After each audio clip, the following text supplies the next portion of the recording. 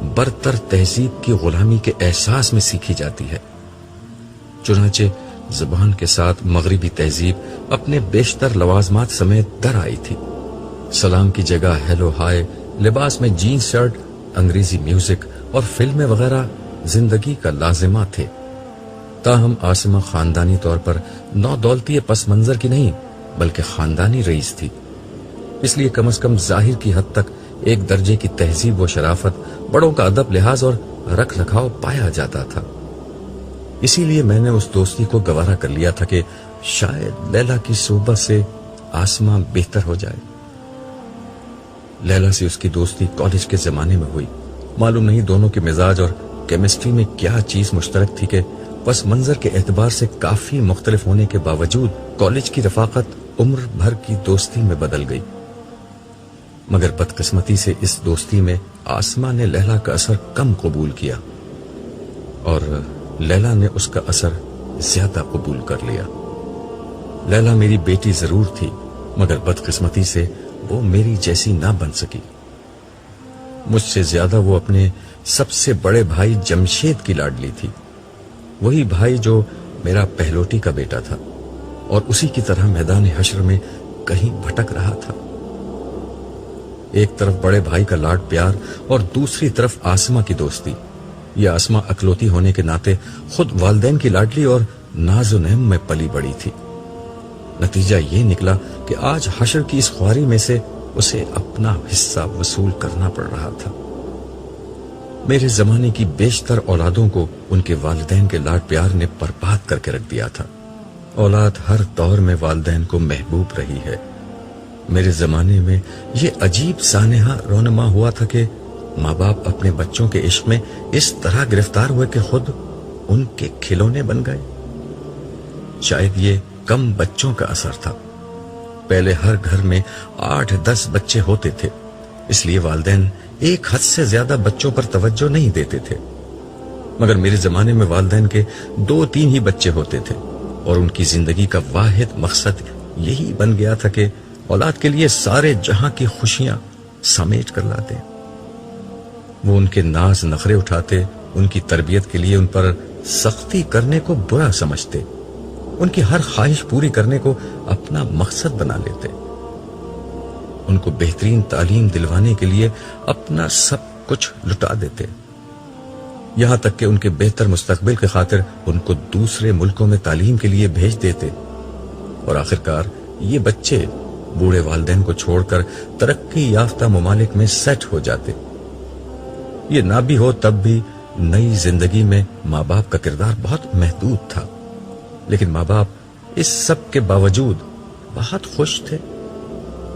والدین کے نزدیک دین کی بنیادوں سے بچوں کو واقف کرانے سے زیادہ اہم یہ تھا کہ بچوں کو منہ ٹیڑھا کر کے انگریزی بولنا سکھا دیں۔ ایمان و اخلاق کی تعلیم دینے سے زیادہ ضروری یہ تھا کہ انتہائی مہنگے تعلیمی اداروں میں اعلیٰ تعلیم دلوا دیں۔ خدا کی سچی محبت، اس کے بندوں سے محبت اور خلق کے خدا کی خیر خواہی کے بجائے اپنے والدین سے مفاد پرستی کی تعلیم حاصل کرتے۔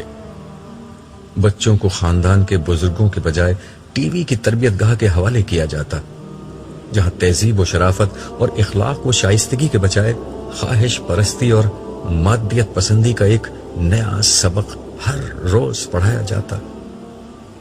آخرت کی کامیابی کے بجائے دنیا اور اس کی کامیابی کو اہم ترین مقصد بنا کر پیش کیا جاتا تھا۔ خدا، دین اور آخرت بس رسمی سی باتیں تھیں۔ دینداری کی آخری حد یہ تھی کہ کسی مولوی صاحب کے ذریعے سے بچے کو قرآن مجید ناظرہ پڑھوا دیا جاتا۔ رہا اس کا مفہوم تو نہ وہ مولوی صاحب کو معلوم تھا، نہ والدین کو، اور نہ کبھی بچوں ہی کو معلوم ہو پاتا۔ یہ لوگ کبھی سمجھ کر پڑھ لیتے تو انہیں معلوم ہو جاتا کہ قرآن دنیا کی فلاح کے ذکر سے اتنا ہی خالی ہے جتنا ان کی زندگیاں آخرت کے تذکرے سے۔ اس کا سبب پچھلی دنیا میں کسی کی سمجھ میں آیا ہو یا نہیں، آج بالکل واضح تھا۔ جو دنیا میں گزاری وہ تو زندگی تھی ہی نہیں، وہ تو محض امتحان کا پرچہ تھا یا راہ چلتے مسافر کا کسی سرائے میں گزارا ہوا ایک پہر۔ زندگی تو یہ تھی جو کبھی ختم نہ ہونے والی ایک انتہائی تلخ حقیقت بن کر آج سامنے آ کھڑی ہوئی تھی۔ ہم ذرا قریب پہنچے تو آسما کی نظر مجھ پر پڑی۔ اس نے لیلا کو دھوکا دیا۔ لیلا نے گھٹنوں سے سر اٹھایا، اس کی نظر میری نظر سے چار ہوئی۔ ان آنکھوں میں ایسی بے بسی، وحشت اور دکھ تھا کہ میرا دل کٹ کر رہ گیا۔ وہ اٹھی، بھاگ کر مجھ سے لپٹ گئی اور پوری قوت سے رونے لگی۔ اس کی زبان سے ابو ابو کے سوا کچھ اور نہیں نکل رہا تھا۔ میں بڑی مشکل سے خود پر ضبط کر رہا تھا۔ مجھے محسوس ہوا کہ یہ اگر روتی رہی تو کہیں میرے ضبط کا بند بھی میرا ساتھ نہ چھوڑ دے۔ میں نے اس کے سر پر ہاتھ پھیر کر کہا، بیٹا چپ ہو جا، میں نے تجھے بہت سمجھایا تھا نا، اس دن کے لیے جینا سیکھو، دنیا سوائے ایک فریب کے اور کچھ نہیں۔ ہاں آپ ٹھیک کہتے تھے، مگر میری آنکھوں پر پٹی بندھی ہوئی تھی۔ یہ کہتے ہوئے اس کی سسکیوں کی آواز اور بلند ہو گئی۔ وہ میرے سینے سے لگی ہوئی تھی اور میری نظروں کے سامنے سے اس کی پیدائش، بچپن، لڑکپن، جوانی اور زندگی بھر کے تمام مراحل کی تصویریں گزر رہی تھیں۔ کبھی بستر پر پڑی ہوئی وہ گڑیا جس کے رونے سے میں بے چین ہو جایا کرتا تھا، کبھی فراک پہنی ہوئی وہ پری جس کی ایک ایک ادا پر میں جان نثار کرتا تھا، کبھی اسکول کے یونیفارم میں بیگ لٹکائے وہ معصوم سی کلی، کبھی کالج کے یونیفارم میں پھولوں جیسی وہ بچی، اور کبھی شادی کے جوڑے میں سجی میرے دل کا وہ ٹکڑا جو اس وقت سراپا حسرت و یاس کی صورت بنے میرے سینے سے لگی تڑپ رہی تھی۔ مجھے لگا جیسے میرا دل پھٹ جائے گا۔ میں نے اسے بازوؤں سے پکڑ کر خود سے دور کر دیا اور اپنا سر پکڑ کر کھڑا ہو گیا۔ لیلا سسکتی ہوئی آواز میں بولی، مجھے اپنے گھر والوں میں سے یہاں اور کوئی نہیں ملا، نہ شوہر، نہ بچے، نہ آپ لوگوں میں سے کوئی ملا سوائے بھیا کے۔ ان کی حالت بہت خراب ہے ابو، وہ بہت بے قراری سے آپ کو ڈھونڈ رہے ہیں، انہیں بس آپ ہی سے امید ہے۔ میں نے لیلا کی طرف دیکھ کر کہا، اس احمق نے دنیا میں بھی غلط امیدیں باندھی تھی اور اب بھی غلط امید باندھ رہا ہے۔ دنیا میں اسے اپنے کاروبار، بیوی اور بچوں سے ساری امیدیں تھیں، اس کا نتیجہ وہ اب بھگت رہا ہے، اور اب وہ مجھ سے امید لگا رہا ہے، حالانکہ میں کچھ بھی نہیں کر سکتا۔ اتنے میں آسما بھی ہمارے قریب آ کر کھڑی ہو چکی تھی۔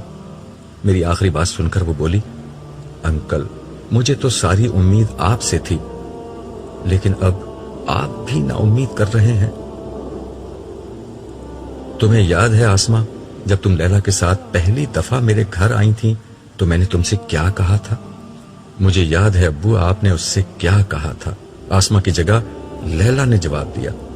آپ نے کہا تھا کہ بیٹا تم میری بیٹی کی سہیلی ہو، دیکھو ایسی سہیلی بننا جو جنت میں بھی اس کے ساتھ رہے، ایسا نہ ہو کہ تم دونوں خدا کو ناراض کر دو اور کسی بری جگہ تم دونوں کو ساتھ رہنا پڑے، ایسا نہ ہو کہ قیامت کے دن تم دونوں ایک دوسرے کو الزام دو کہ تمہاری دوستی نے مجھے برباد کر دیا۔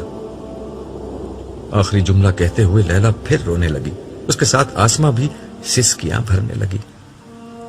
میں نے گردن گھما کر صالح کو دیکھا جو اس عرصے میں خاموش کھڑا ہوا تھا۔ میرا خیال تھا کہ شاید وہ کوئی امید افزا بات کہہ سکے۔ مجھے اپنی طرف متوجہ دیکھ کر وہ کہنے لگا، عبداللہ ویسے تو ہر فرد کا معاملہ صرف اللہ تعالی کے ہاتھ میں ہے۔ انسان کا عمل اگر رائی کے دانے کے برابر تھا تب بھی اس کے نامہ اعمال میں موجود ہوگا۔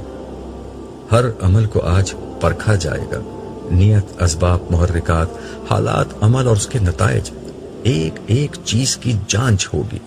فرشتے، در و دیوار، اعضاء، ہر چیز گواہ بن جائے گی، یہاں تک کہ یہ بالکل متعین ہو جائے گا کہ ہر اچھا برا عمل کس جزا یا سزا کا مستحق ہے۔ نیکی کا بدلہ 10 سے 700 گنا تک، صبر اور نصرت دین کے لیے کیے گئے کاموں کا بدلہ بے حد و حساب دیا جائے گا، جبکہ بدی کا بدلہ اتنا ہی دیا جائے گا جتنی بدی کی ہوگی۔ البتہ شرک، قتل، زنا جیسے جرائم اگر نامہ اعمال میں آ گئے تو انسان کو تباہ کر دیں گے۔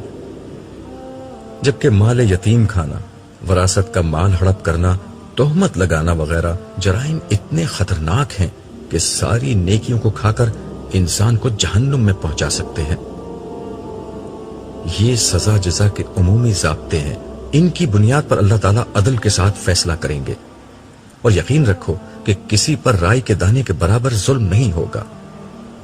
تمہاری اولاد کے حوالے سے واحد امید افزا بات جو میں تمہیں پہلے ہی بتا چکا ہوں وہ یہ ہے کہ تمہارے جیسے سابقین کے علاوہ آج کے دن حساب کتاب کے ذریعے سے سچے اہل ایمان کی نجات کا معاملہ جلد یا بدیر ہو جائے گا۔ البتہ تم اپنی اولاد کو مجھ سے بہتر جانتے ہو کہ ان کی نجات کا امکان کتنا ہے۔ مجھے زیادہ پریشانی اپنے بیٹے کی ہے، میں نے جواب دیا۔ اس جواب میں میرے سارے اندازے امیدیں اور اندیشے جمع تھے۔ میں نے مزید تبصرہ کیا، اسے پیسے کمانے، گاڑی، بنگلے اور دولت مند بننے کا بہت شوق تھا۔ یہ شوق جس کو لگ جائے اسے کسی بھی برے حال میں پہنچا سکتا ہے۔ اس کے بعد اکثر لوگ حلال و حرام اور اچھے برے کی تمیز کھو بیٹھتے ہیں۔ اگر کسب حرام سے بچ بھی جائیں تو اسراف، غفلت، نمود و نمائش، بخل، تکبر اور حق تلفی جیسی برائیاں انسان کو احتساب الہی کی اس عدالت میں لا کھڑا کرتے ہیں جہاں نجات بہت مشکل ہو جاتی ہے۔ میری اس بات کا جواب غیر متوقع طور پر آسمہ نے دیا۔ یہ ساری باتیں لیلا مجھے بتاتی تھی، اس نے آپ کی کتابیں بھی مجھے پڑھنے کے لیے دی تھیں، مگر مجھے اردو پڑھنی نہیں آتی تھی۔ میری بدقسمتی کہ میری ساری زندگی غفلت، دنیا پرستی، فیشن، نمود و نمائش، اسراف اور تکبر میں گزر گئی۔ مجھ پر حسین نظر آنے کا خپت سوار تھا۔ میں نے لاکھوں روپے زیور، کپڑوں اور کاسمیٹکس میں برباد کر دیے، مگر غریبوں پر میں کبھی کچھ نہ خرچ کر سکی۔ کبھی کیا بھی تو اس کو بہت بڑا احسان سمجھا، حالانکہ اللہ نے ہمیں بہت مال و دولت عطا کیا تھا۔ یہی نہیں، مجھے جب غصہ آتا تھا تو میں بے دریغ اسے کمزور لوگوں پر اتارتی تھی۔ باحیا لباس پہننا میرے نزدیک غربت کی علامت تھی۔ چغلیاں، غیبت، عیب جوئی میرے لیے معمولی باتیں تھیں۔ یہ معمولی باتیں آج اتنا بڑا روگ بن جائیں گی، مجھے نہیں معلوم تھا۔ یہ کہہ کر ایک دفعہ پھر وہ پھوٹ پھوٹ کر رونے لگی۔ لیلا افسردہ لہجے میں بولی، اس کے امی ابو بہت برے حال میں ہم سے ملے ہیں، ان کے ساتھ پتہ نہیں کیا ہوگا۔ پھر وہ مجھے دیکھ کر بولی، ابو میرے ساتھ کیا ہوگا؟